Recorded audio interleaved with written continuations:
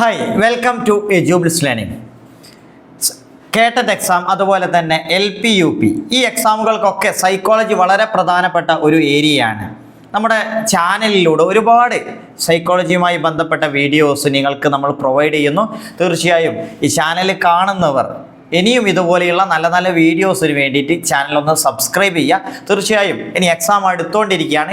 ഓരോ ദിവസങ്ങളിലും നമ്മൾ പുതിയ പുതിയ വീഡിയോയുമായിട്ട് വരും.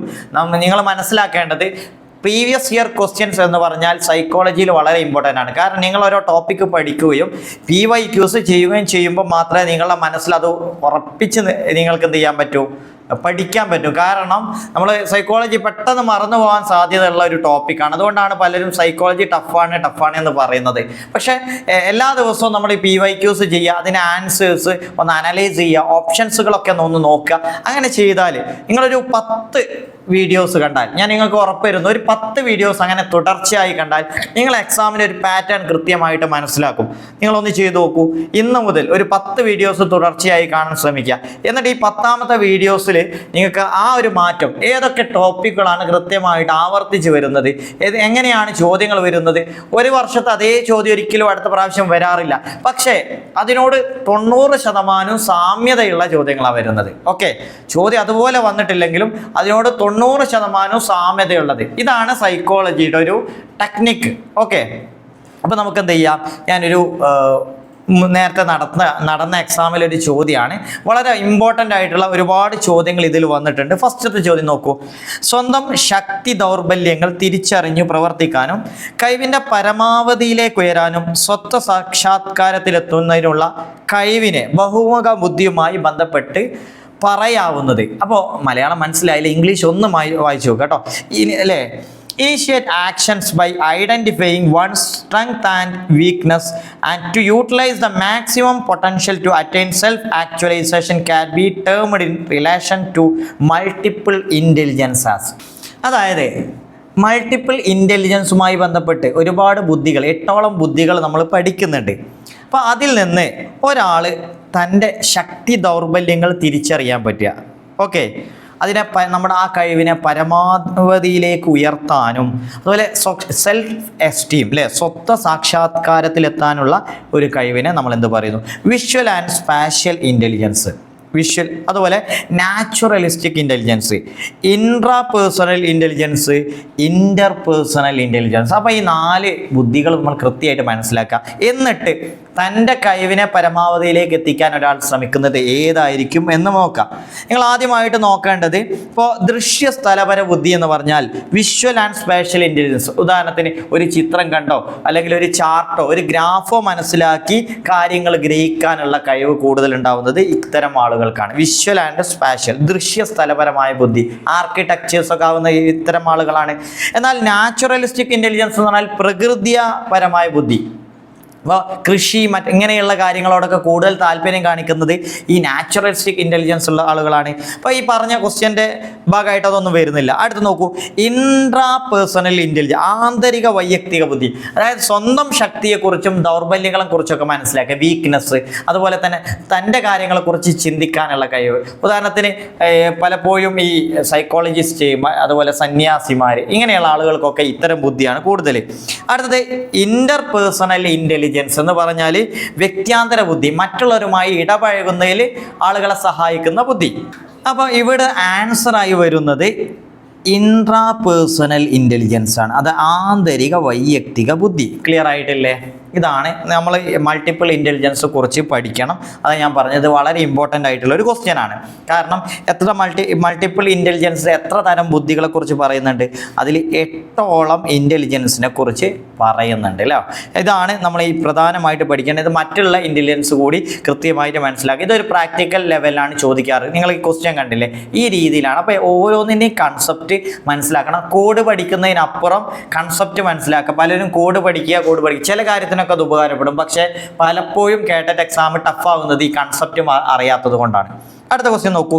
സിനി പാഠങ്ങൾ വളരെ പെട്ടെന്ന് നിമിഷങ്ങൾക്കുള്ളിൽ പഠിക്കുന്നു, എന്നാൽ മിനി അതേ പാഠങ്ങൾ പഠിക്കുന്നതിന് ധാരാളം സമയം എടുക്കുന്നു. അതായത് 2 പേരും പഠിക്കാൻ സമയത്തിൽ വ്യത്യാസമുണ്ട്. ഇത് സൂചിപ്പിക്കുന്നത് ഏത് വികാസ തത്വത്തെയാണ്? നമുക്കറിയാം വികാസ തത്വങ്ങൾ നമ്മൾ സംസാരിച്ചിട്ടുണ്ടായിരുന്നു. അപ്പോൾ വികാസത്തിന് പല തത്വങ്ങളുണ്ട് അല്ലേ? അതിൽ ഈ പറയുന്നത് ഏത് തത്വത്തിന് അടിസ്ഥാനത്തിലാണ്? തുടർച്ച അല്ലേ? തുടർച്ച എന്നുള്ളതാണോ? പൊതുവായതിൽ നിന്ന് പ്രത്യേകമായതിലേക്ക് ജനറൽ ടു സ്പെസിഫിക് എന്നുള്ള കൺസെപ്റ്റ് ആണോ? വ്യക്തി വ്യത്യാസം, അതായത് വികാസത്തിൽ ഇൻഡിവിജ്വൽ ഡിഫറൻസ് ഉണ്ട് എന്നതാണോ? ഇന്റർ റിലേഷൻഷിപ്പ് അല്ലേ? പരസ്പരം വികാസങ്ങൾ പരസ്പരം ബന്ധിതമാണ്. ക്ലിയർ ആണോ? അപ്പോൾ ഇത് ഏതാണ് വരുന്നത്? നമുക്കറിയാം ഇവിടെ രണ്ടുപേരും പഠനത്തിൽ ചില വ്യത്യാസങ്ങളുണ്ട്. അതായത് വികാസത്തിൽ ഇൻഡിവിജ്വൽ ഡിഫറൻസ് ഉണ്ട്, അതായത് വ്യക്തി വ്യത്യാസമുണ്ട്. ഇതാണ് അടുത്ത. ഓക്കെ, ആൻസർ കിട്ടിയല്ലോ. അടുത്തത് നിങ്ങൾ മനസ്സിലാക്കി. ഇതിൽ മറ്റുള്ള ഓപ്ഷൻസുകളൊക്കെ മനസ്സിലാക്കും. വികാസത്തിൻ്റെ ഓരോ തത്വങ്ങൾ മനസ്സിലാക്കണം കേട്ടോ. ജനറൽ ടു സ്പെസിഫിക്, ജനറൽ ആയ കാര്യങ്ങളിലെ സ്പെസിഫിക് എന്ന് പറയാറുണ്ട്. അതുപോലെ തന്നെ ഇമ്പോർട്ടൻ്റ് ആണ് വികാസങ്ങളിൽ തന്നെ നമ്മുടെ പാർശ്വങ്ങളിൽ നിന്ന് സെൻട്രൽ ഭാഗത്ത് നിന്ന് പാർശ്വങ്ങളിലേക്ക്, അത് നമ്മൾ നേരത്തെ പറഞ്ഞിരുന്നു. പ്രോക്സിമോ ഡിസ്റ്റൽ എന്നുള്ള കൺസെപ്റ്റ് മറന്നു പറഞ്ഞു കേട്ടോ. ഇത് പ്രോക്സിമോ ഡിസ്റ്റൽ. അതുപോലെ തന്നെ തല മുതൽ കാൽപാദം വരെ അല്ലേ? സെഫാലോ കൗഡൽ ഇങ്ങനെയുള്ള തത്വങ്ങളൊക്കെ മറന്നു പോകരുത്. അടുത്തത് നോക്കൂ. എല്ലാ നവജാത ശിശുക്കൾക്കും ജന്മനാ തന്നെ ഭാഷയുടെ ആന്തരിക ഘടന മനസ്സിലാക്കി ഭാഷാ വികാസം സാധ്യമാക്കുന്നതിനുള്ള ഒരു ലാംഗ്വേജ് അക്വിസിഷൻ ഡിവൈസ് ഉണ്ടെന്ന് നിർദ്ദേശിച്ചത്. അപ്പോൾ ലാഡ് എന്നുള്ള കൺസെപ്റ്റ് നിർദ്ദേശിച്ച ക്വസ്റ്റ്യൻ നിങ്ങൾ കൂടുതലൊന്നും വായിക്കാൻ പോകണ്ട. ഇത് മനസ്സിലായി. ലാഡ് ആരാണ് നിർദ്ദേശിച്ചത്? Language acquisition device. നോക്കൂ. യാങ് പിയാഷെ, ലെവ് വൈഗോട്സ്കി, നോം ചോംസ്കി, ജെറോമസ് ബ്രൂണർ. ഇത് ഞാൻ പറഞ്ഞില്ല, ഈ ക്വസ്റ്റ്യൻസ് എപ്പോഴും വരുന്നൊരു ചോദ്യമാണ്. നിങ്ങൾ ഉറപ്പായിട്ടും പഠിച്ചു വെച്ചോളൂ. ഇതിൻ്റെ ഉത്തരമാണ് Noam Chomsky. Option C is the correct answer. ഇവിടെ മനസ്സിലാക്കേണ്ടത്, നമ്മൾ 4 ആൾക്കാരെ പഠിച്ചല്ലോ, വെറുതെ അങ്ങ് പോകണ്ട. എന്താണ് പിയാഷെയുടെ വികാസ ഘട്ടങ്ങളെക്കുറിച്ച് നമ്മൾ പഠിച്ചില്ലേ? കൊഗ്നിറ്റീവ് ഡെവലപ്മെൻറ്റിൻ്റെ അല്ലേ? കൊഗ്നിറ്റീവ് ഡെവലപ്മെൻറ്റുമായി ബന്ധപ്പെട്ട വ്യക്തിയാണ് ആര്? പിയാഷെ. സ്കീമ എന്നുള്ള കൺസെപ്റ്റ് ആരാണ്? സ്കീമ. ഞാനിത് പറയുമ്പോൾ നിങ്ങളെ മനസ്സിലേക്ക് വരുന്ന എന്താണ് ഇതൊക്കെ? സ്കീമ അല്ലേ? നമ്മുടെ കൊഗ്നിറ്റീവ് ഡെവലപ്മെൻറ്റിലുള്ള ഒരു യൂണിറ്റിൻ്റെ പേരാണ് എന്ത്? സ്കീമ എന്ന് പറയുന്നത്. ഓക്കെ. പിന്നെ വൈഗോട്സ്കി ഒരിക്കലും മറക്കരുത്. അദ്ദേഹത്തിൻ്റെ സോഷ്യൽ കൺസ്ട്രക്റ്റിവിസം ഓക്കെ, ആ തിയറി മറന്നു പോകരുത്. അതുപോലെ ബ്രൂണർ അല്ലേ? സ്പൈറൽ കരിക്കുലത്തിൻ്റെ വക്താവാണ് ആര്? Bruner, ജെറോമസ് Bruner. ഓക്കെ, ഈ കാര്യങ്ങളൊക്കെ ഒന്ന് പഠിച്ചു വെക്കുക. ഞാനെന്ത് ചെയ്യും, ഓരോ 4 ഓപ്ഷനിൽ തന്നെ നിങ്ങൾക്ക് പരമാവധി ഉത്തരങ്ങളും പരമാവധി സൈക്കോളജിയിൽ വരുന്ന കാര്യങ്ങൾ പറയുകയാണ്. ഇതൊക്കെ കേട്ടിട്ട് ചോദിക്കുന്നതാണ്. അടുത്ത് നോക്കൂ. ഒരാളുടെ സ്വന്തം ചിന്തയെക്കുറിച്ചുള്ള ചിന്തയെ പറയുന്നത്. ഒരാൾ തൻ്റെ ചിന്തയെക്കുറിച്ച് ചിന്തിക്കുക. ഇതെപ്പോഴും പലപ്പോഴും ചോദിക്കുന്ന ഒരു ക്വസ്റ്റ്യൻ ആട്ടോ. ഇത് ഈ ഏരിയയിൽ നിന്ന് ചോദിക്കുന്ന പ്രധാനപ്പെട്ട ഒരു ക്വസ്റ്റ്യൻ കൂടിയാണ്. ഇത് മറന്നു പോകരുത്. എന്താണ് അതിൻ്റെ പേര്? Cognition, dual cognition, mega cognition, meta cognition. ഏതാണ് ഉത്തരം? Option D is the correct answer. Meta cognition. Clear? ഈ വേർഡ് പഠിച്ചു കേട്ടോ, മെറ്റ. അവിടെ നിങ്ങളെ കൺഫ്യൂസ് ചെയ്യിക്കാനാണ് മെഗാ കൊഗ്നിഷൻ ഒക്കെ കൊടുക്കുന്നത്. അടുത്ത് നോക്കൂ. ഗസ്റ്റാൾട്ട് സിദ്ധാന്തം അനുസരിച്ച് കുട്ടികളുടെ പഠനം ഏറ്റവും ഫലപ്രദമാവുന്നത്. അപ്പോൾ ഇതിലുള്ള പ്രധാനപ്പെട്ട ഒരു ഏരിയയാണ് ഗസ്റ്റാൾട്ട് തിയറി അല്ലെങ്കിൽ ഗസ്റ്റാൾട്ട് സിദ്ധാന്തം എന്ന് പറയുന്നത്. തീർച്ചയായിട്ടും ഈ സിദ്ധാന്തത്തെക്കുറിച്ച് പഠിക്കണം. അതിൻ്റെ വക്താക്കളെക്കുറിച്ച് പഠിക്കണം. ആരാണ് അല്ലേ? ഇതുമായി ബന്ധപ്പെട്ട പ്രധാനപ്പെട്ട ഒരു തിയറിയാണ് ഇൻസൈറ്റ്ഫുൾ ലേണിംഗ് എന്നുള്ള കൺസെപ്റ്റ് കേട്ടോ, മറന്നു പോകരുത്. അപ്പോൾ ആവർത്തന പഠന രീതിയിലൂടെ റിപ്പീറ്റഡ് ലേണിംഗ് ആണ്. അതോ പ്രോബ്ലം സോൾവിങ് മെത്തേഡ് ആണോ? അതല്ലെങ്കിൽ ട്രയൽ ആൻഡ് എറർ മെത്തേഡ്, അല്ലെ കണ്ടീഷനിങ് മെത്തേഡ്? ഏതാണ്? നിങ്ങൾ നോക്കൂ. ഗസ്റ്റാൾട്ട് തിയറിയുടെ കൺസെപ്റ്റ് തന്നെ എന്താണ്? പ്രോബ്ലം സോൾവിങ് മെത്തേഡുകളാണ്. പ്രശ്ന പരിഹരണ രീതി. ഇത് ചോദ്യം നോക്കൂ.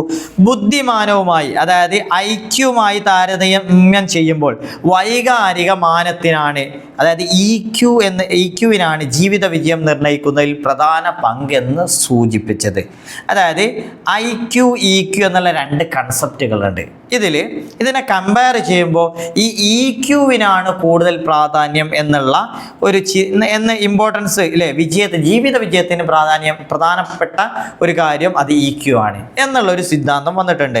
ഇത് ആരുടെ അഭിപ്രായമാണ്? Howard Gardner, Daniel Goleman, Albert Binet, EL Thorndike. Okay, അപ്പോൾ ശ്രദ്ധിക്കേണ്ടത് ഇവിടെ 4 ആളുകളും വളരെ ഇമ്പോർട്ടൻ്റ് ആണ്. ഇവിടെ നമുക്ക് ഇമോഷണൽ ഇൻ്റലിജൻസ്, EQ എന്ന് പറഞ്ഞാൽ ഇമോഷണൽ ഇൻ്റലിജൻസ്, ഇവിടെ EQ എന്ന് പറഞ്ഞാൽ ഇമോഷണൽ കോഷ്യൻ്റ് വരുന്നു അല്ലേ.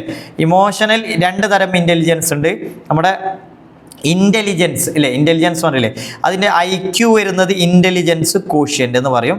അതേ സമയത്ത് ഇമോഷണൽ കോഷ്യൻസ് ആണ് എന്ത്, EQ, ഇമോഷണൽ ഇൻ്റലിജൻസുമായി ബന്ധപ്പെട്ടതാണ്. അപ്പോൾ ഇതുമായി ബന്ധപ്പെട്ട വ്യക്തിയാണ് ആര്, ഡാനിയൽ ഗോൾമാൻ. അതാണ് ഇവിടുത്തെ correct answer, option B, Daniel Goleman. ഇവിടെ നിങ്ങൾ മനസ്സിലാക്കേണ്ടത് നമ്മൾ നേരത്തെ പറഞ്ഞ മൾട്ടിപ്പിൾ ഇൻ്റലിജൻസിൻ്റെ വക്താവാണ് ആര്, ഹവാർഡ് ഗാർഡ്നർ. അതുപോലെ തന്നെ ആൽബർട്ട് ബിനെ ആദ്യമായിട്ട് IQ-വിനെ കുറിച്ച് പറയുന്നത് അല്ലെ, ബുദ്ധി അളക്കുന്ന ഒരു പരീക്ഷണം അത് ഉണ്ടാക്കിയത് ആൽബർട്ട് ബിനെയാണ്.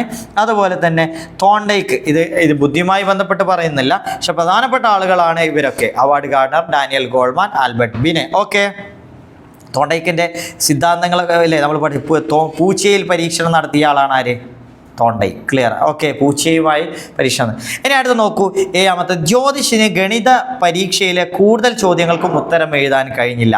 ചോദ്യങ്ങളിൽ ഭൂരിഭാഗവും സിലബസിന് പുറത്തുള്ളതായിരുന്നു എന്നാണ് അവൻ്റെ അഭിപ്രായം. അപ്പോൾ ഇവൻ്റെ ഒരു പരീക്ഷയിൽ എഴുതാൻ പറ്റിയില്ല, ഉത്തരം എഴുതാൻ പറ്റിയില്ല. അപ്പോൾ അവനൊരു കാരണം കണ്ടെത്തിയാണ് എന്ത്, ഭൂരിഭാഗവും സിലബസിന് പുറത്തുള്ള ചോദ്യങ്ങളായിരുന്നു. ഇവിടെ ഏത് സമായോജന ക്രിയാതന്ത്രമാണ് ജ്യോതിഷ് ഉപയോഗിച്ചത്?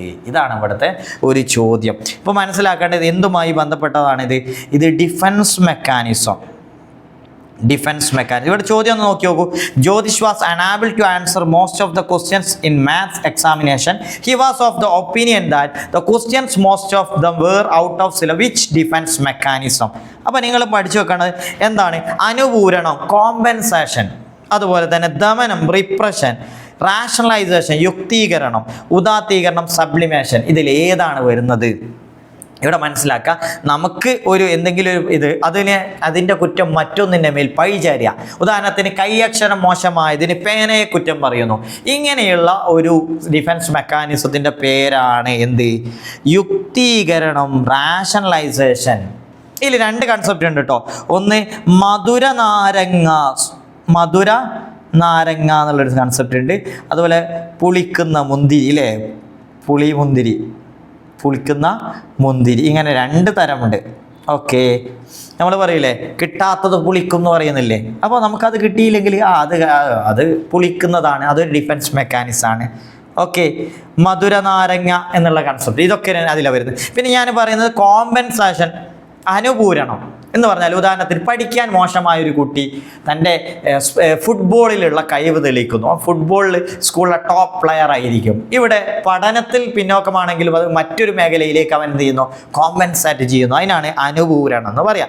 ദമനം എന്ന് പറഞ്ഞാൽ നമുക്കറിയാലോ, നമുക്ക് ഇഷ്ടമില്ലാത്ത പല കാര്യങ്ങളും നമ്മുടെ അബോധ മനസ്സിലേക്ക് റിപ്രസ് ചെയ്ത് ഇപ്പോൾ നമ്മുടെ ബോധ മനസ്സിലേക്ക് കൊണ്ടുവരാതെ വെക്കുന്നതിനാണ് എന്ത് പറയുക, ദമനം എന്ന് പറയുക. ഉദാത്തീകരണം, സബ്ലിമേഷൻ. ഉദാഹരണത്തിന് ഉദാഹരണത്തിന് നമുക്ക് ഇപ്പോൾ ഒരു കുട്ടികളില്ലാത്ത ആളുകൾ, ടീച്ചർമാർ, അവർ സ്കൂളിലെ പാവപ്പെട്ട കുട്ടികളെ സഹായിക്കുന്നു അല്ലേ. അവിടെ അവർക്ക് കുട്ടികളില്ലാത്ത കാര്യം അവർ ഏതിലൂടെ മറക്കുന്നു, ഒരു സാമൂഹ്യപരമായിട്ടൊരു നല്ല കാര്യം ചെയ്തുകൊണ്ട് മറക്കുന്നു. അതിന് പറയുന്ന പേരാണ് സബ്ലിമേഷൻ. ഇതൊക്കെ ഇമ്പോർട്ടൻ്റ് ആണ്. അടുത്ത നോക്കൂ, അധ്യാപകൻ ഒരു ചിത്രം ക്ലാസ് മുറിയിൽ കാണിച്ചു. തുടർന്ന് കുട്ടികളോട് അതിന് അനുയോജ്യമായ തലക്കെട്ട് നൽകാൻ നിർദ്ദേശിച്ചു. ശ്രദ്ധിക്കണേ, ഇവിടെ അധ്യാപകൻ കുട്ടിയുടെ ഏത് പ്രത്യേക മികവാണ് വിലയിരുത്താൻ ഉദ്ദേശിക്കുന്നത്. ഇവിടെ ഒരു ചിത്രം കാണിക്കുന്നു, തലക്കെട്ട് എന്ന് പറഞ്ഞാൽ കുട്ടിയുടെ എന്താണ് ചിന്താപരമായിട്ട് എന്ത് ഉഷാറാക്കാനാണ് ശ്രമിക്കുന്നത്. നമുക്കറിയാം, ക്രിയേറ്റിവിറ്റി ആണോ, ആറ്റിറ്റ്യൂഡാണോ, മെമ്മറിയാണോ, ഇൻട്രസ്റ്റ് ആണോ. ഇവിടെ നമുക്കറിയാം ഒരു പ്രത്യേകമല്ലേ, ഒരു ചിത്രത്തിൽ നിന്ന് ഒരു തലക്കെട്ട് ഉണ്ടാക്കുന്ന കുട്ടി അത്രയും ക്രിയേറ്റീവ് ആയിരിക്കണം. സോ ആൻസർ ഈസ് സർഗപരത. ഓക്കെ, ക്രിയേറ്റിവിറ്റി എന്നുള്ളതാണ് ഇവിടുത്തെ ആൻസർ. ഇനി അടുത്ത ക്വസ്റ്റ്യൻ, 10ാമത്തെ ചോദ്യം. സൈക്കോളജിയിൽ 30 ചോദ്യങ്ങളാണ് ഉണ്ടാവാറല്ലേ, ഓരോ 10 പോവാം. 10ാമത്തെ ചോദ്യം, വ്യക്തികളുടെ നിഷ്ഠമായ ചിന്തകൾക്കും നിലപാടുകൾക്കും പ്രാധാന്യം നൽകുന്ന വ്യക്തി കേന്ദ്രീകൃത സിദ്ധാന്തത്തിൻ്റെ ഉപജ്ഞാതാവാര്? വ്യക്തികളുടെ ആത്മനിഷ്ഠമായ ചിന്തകൾക്ക്. അപ്പോൾ ഇംഗ്ലീഷ് ഒന്ന് പറഞ്ഞുതരാം. Person subjective thoughts and stands are given much importance in the person centred theory. ഒരു പേഴ്സൺ സെൻറ്റേർഡ് തിയറി, വ്യക്തിത്വവുമായി ബന്ധപ്പെട്ട ചോദ്യമാണ് കേട്ടോ. വ്യക്തിത്വം, പേഴ്സണാലിറ്റിയുമായി ബന്ധപ്പെട്ട് പേഴ്സണാലിറ്റിയിൽ പ്രധാനപ്പെട്ട ആളുകൾ കുറിച്ചിട്ടുണ്ട്. അവരിൽ ഒരു പേഴ്സൺ സെൻറ്റേർഡ് തിയറി എന്നുള്ള അത് ആരുടേതായിരുന്നു? Carl Rogers, Willard Allport, Abraham Maslow, RB Cattell. അപ്പോൾ നമുക്കറിയാം അതാരാണ്? അതിൻ്റെ പ്രധാനപ്പെട്ട വക്താവാണ് കാൾ റോജേഴ്സ്. അദ്ദേഹത്തിൻ്റെ സെൽഫ് തിയറിയുടെ ആളാണ് അല്ലേ. സെൽഫ് തിയറി എന്ന് അറിയപ്പെടുന്നത് കാൾ റോജേഴ്സിൻ്റെ പേഴ്സണാലിറ്റി തിയറിയാണ്. നമുക്കറിയാം ആൽപോർട്ടിൻ്റെ തിയറി നമുക്കറിയാം അല്ലേ, ട്രെയ്റ്റ് തിയറി, ആൽപോർട്ടിൻ്റെ ട്രെയ്റ്റ് തിയറികൾ. മാസ്ലോ ഹയറാർക്കി നീഡ്സ് അല്ലേ, ഹയറാർക്കി ഓഫ് നീഡ്സ്, മാസ്ലോയുടെ ആവശ്യകത ശ്രേണി നമ്മൾ പഠിച്ചിട്ടുണ്ട്. ഇമ്പോർട്ടൻ്റ് ആണ് കേട്ടോ, ആൽപോർട്ടിൻ്റെ കൺസെപ്റ്റ് ഇമ്പോർട്ടൻ്റ് ആണ്. ട്രെയ്റ്റ് തിയറി നമുക്കറിയാം, കാർഡിനൽ ട്രെയ്റ്റ് അല്ലേ, സെൻട്രൽ ട്രെയ്റ്റ്, അത് നിങ്ങൾ ഡീറ്റെയിൽ ആയിട്ട് പഠിക്കണം. അതുപോലെ തന്നെ ഹയറാർക്കി ഓഫ് നീഡ്സ്, അത് പലപ്പോഴും ചോദിക്കാറുണ്ട്. ഇതിപ്പോൾ ഇതിൽ മാസ്ലോ ചോദിച്ചില്ല എന്നുള്ളൂ, അടുത്തൊരു എക്സാം വരുമ്പോൾ മാസ്ലോനെ ചോദിക്കും. മാസ്ലോൻ്റെ സേഫ്റ്റി നീഡ്സ് അല്ലെങ്കിൽ physiological needs, safety needs, love and belongings needs, അങ്ങനെ ചോദിക്കാറുണ്ട് പലപ്പോഴും. ചിലപ്പോൾ അതിൻ്റെ ആദ്യഘട്ടം ഏതാണ്, ഏറ്റവും മുകളിലുള്ളത് ഏതാണ്, ചിലപ്പോൾ ഇടയിൽ വിട്ടുപോയത് ഏതാണ്, അങ്ങനെയൊക്കെ ചോദിക്കാറുണ്ട്. അപ്പോൾ ഏതായാലും 10 ചോദ്യങ്ങൾ നമ്മൾ ഡിസ്കസ് ചെയ്തു. നിങ്ങളോട് പറയാനുള്ളത്, നമ്മുടെ കേട്ടറ്റ് പഠിക്കാൻ ആഗ്രഹിക്കുന്നവരാണെങ്കിൽ എളുപ്പത്തിൽ അല്ലെങ്കിൽ വളരെ സിസ്റ്റമാറ്റിക് ആയിട്ട് പഠിക്കാൻ ആഗ്രഹിക്കുന്നെങ്കിൽ എജുബിൾസ് ലേണിങ്ങിൻ്റെ ആപ്ലിക്കേഷൻ, അതിലൂടെ നിങ്ങൾക്ക് കേട്ടറ്റിൻ്റെ കോച്ചിങ് ലഭിക്കും. അതിൻ്റെ ഒരു പ്രത്യേകത എന്ന് പറഞ്ഞാൽ ഒരു 5,000+ ക്വസ്റ്റ്യൻസ് നിങ്ങൾക്ക് അതിലൂടെ അനലൈസ് ചെയ്യാൻ പറ്റും. നിങ്ങൾക്കറിയാം സൈക്കോളജി, ഇംഗ്ലീഷ്, മലയാളം, അതുപോലെ തന്നെ നിങ്ങളുടെ ടോപ്പിക്കുകൾ, ഇതെല്ലാം PYQs, അതുപോലെ തന്നെ മോഡൽ ക്വസ്റ്റ്യൻസ്, SCRT ബേസുള്ള ക്വസ്റ്റ്യൻസ് നിങ്ങൾക്ക് അനലൈസ് ചെയ്യാൻ പറ്റും. അതുപോലെ തന്നെ കേട്ടറ്റ് എക്സാമിന് UPSC റാങ്ക് ഹോൾഡേഴ്സ് നയിക്കുന്ന ക്ലാസ്സുകൾ നിങ്ങൾക്ക് ലഭിക്കും. വെറുതെ പറയുന്ന പൊള്ളയായ വാഗ്ദാനങ്ങളല്ല. അപ്പോൾ ഈ റാങ്ക് ഹോൾഡേഴ്സ് അവരുടെ എക്സ്പീരിയൻസിലൂടെ എന്താണ് കൃത്യമായി പഠിക്കേണ്ടത് എന്നുള്ളത് നിങ്ങൾക്ക് പറഞ്ഞു തരും. അടുത്ത LP UP എക്സാമിന് നിങ്ങൾക്ക് ഉപകാരപ്രദമാകുന്ന രീതിയിൽ ഇതൊക്കെ പഠിച്ചു പോകാം. സോ ഇവിടെ നിർത്തുന്നു. അടുത്ത വീഡിയോയ്ക്ക് വേണ്ടി വീണ്ടും കാണാം. താങ്ക്